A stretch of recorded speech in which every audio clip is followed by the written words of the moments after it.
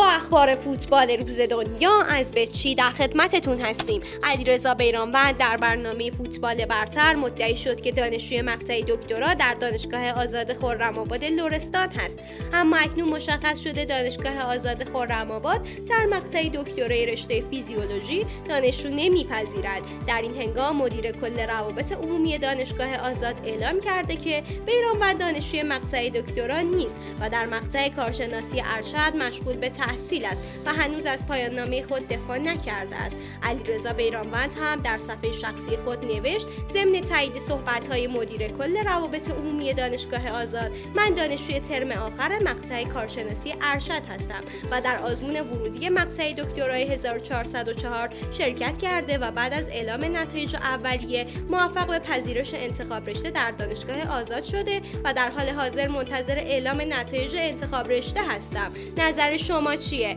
برای اطلاع از فوتبال روز دنیا بچی رو دنبال کنید.